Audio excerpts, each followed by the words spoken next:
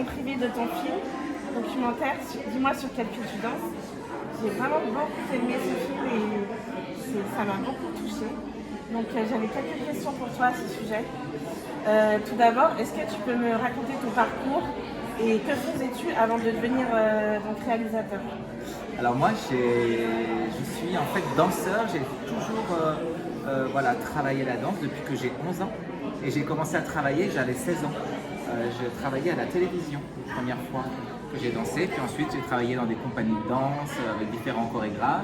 Et puis en 2006, j'ai monté ma propre compagnie pour monter mes projets. Et à la télévision, C'était à la télévision, c'était des émissions, je ne sais pas si tu les connais, c'était des émissions présentées par exemple par Jacques Martin. Ça s'appelait Le Monde des Tabous ou Dance Machine, des choses comme ça. Donc il y a quand même très longtemps. Ok, bah, c'est top. En fait, moi je crée des spectacles, des clips, des documentaires, des performances. Dis-moi pour quelle raison tu as décidé de réaliser ce documentaire et quelles étaient tes intentions? Alors, moi, je suis installé au centre de réadaptation de Coubert donc depuis 10 ans, parce que là-bas, il y a un théâtre, on peut répéter nos spectacles, on est là avec la compagnie et puis d'autres artistes.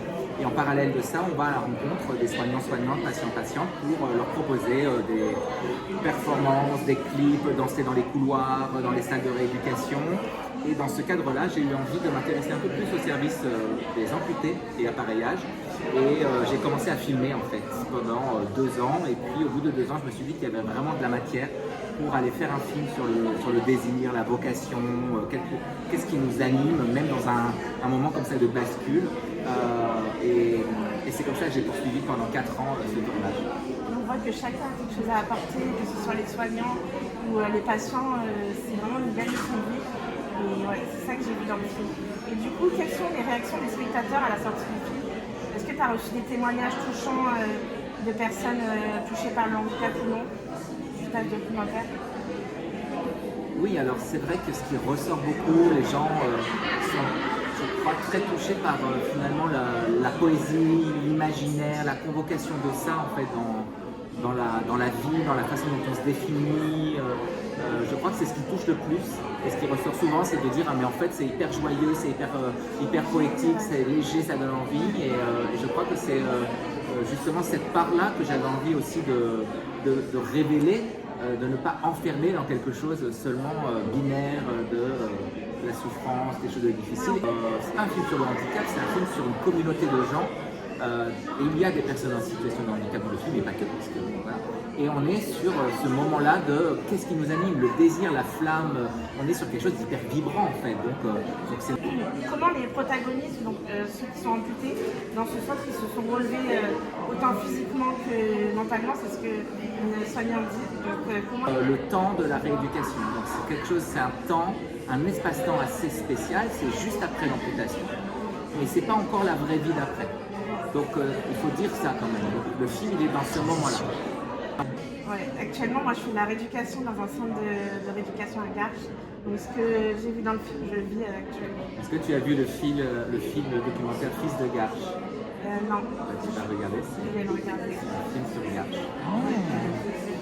Et du coup, comment étaient tes journées de tournage dans ce service et l'ambiance aussi qu'il y avait? C'est un délire absolu parce que rien n'est prévu pour ça. Il faut toujours un petit peu négocier sur les horaires pour que le patient soit prêt. Il faut voir avec les aides-soignants pour qu'elles soient habillées avant les autres pour qu'on puisse partir. Ensuite, il faut demander l'autorisation pour pouvoir tourner sur le toit ou déplacer un vélo dans la forêt. Et puis ensuite, il faut vite revenir et puis il faut prendre le costume, l'habiller. C'est des journées excitantes. Sur le fil, on ne sait jamais si ça va marcher ou pas. C'est des journées, je dirais, vibrantes. Oui, c'est vrai que moi, à chaque fois, j'avais l'impression qu'on me donnait beaucoup et c'était des moments très forts. Et est-ce que tu as gardé des liens avec les protagonistes et le personnel soignant aussi? Tu as gardé des liens? Oui, alors c'est vrai que je les vois encore. Certains viennent souvent aux avant-premières ou aux projections. Donc on a créé une petite communauté comme ça, oui, qui vient défendre le film. Et du coup, quel message tu veux faire passer à travers tes créations, ton art, ton travail sur la danse et sur le mouvement? Quel message? On n'est pas assigné à son l'histoire, sa culture, son métier, son genre, son handicap, son orientation sexuelle. En fait, ce qui nous définit beaucoup plus, c'est notre imaginaire, notre désir, nos rêves de fiction, nos fantasmes de héros qui nous accompagnent tout au long de la vie. Et je crois qu'en fait, on devrait plutôt s'intéresser à ça qu'à nous enfermer dans des étiquettes qui nous assignent et en fait qui ne servent à rien. Tu as tout à fait raison. Est-ce que tu comptes faire d'autres films, fiction ou documentaires, pour sensibiliser au handicap ou autres et mettre en lumière des personnes comme celle-là, handicapées ou même soignants ou même... Pour l'instant, c'est pas prévu, mais j'ai des projets, on verra plus tard. En tout cas, on va te suivre beaucoup Merci. sur la PMD et Cinémusique, on notre panneau. Merci beaucoup. Merci beaucoup, Philippe. Merci. Merci beaucoup. Dis-nous pour voir le film, où on peut le voir, quand est-ce et les dates. Alors, si vous voulez voir le film, vous pouvez déjà demain, le vendredi 20, à l'Espace Saint-Michel à Paris.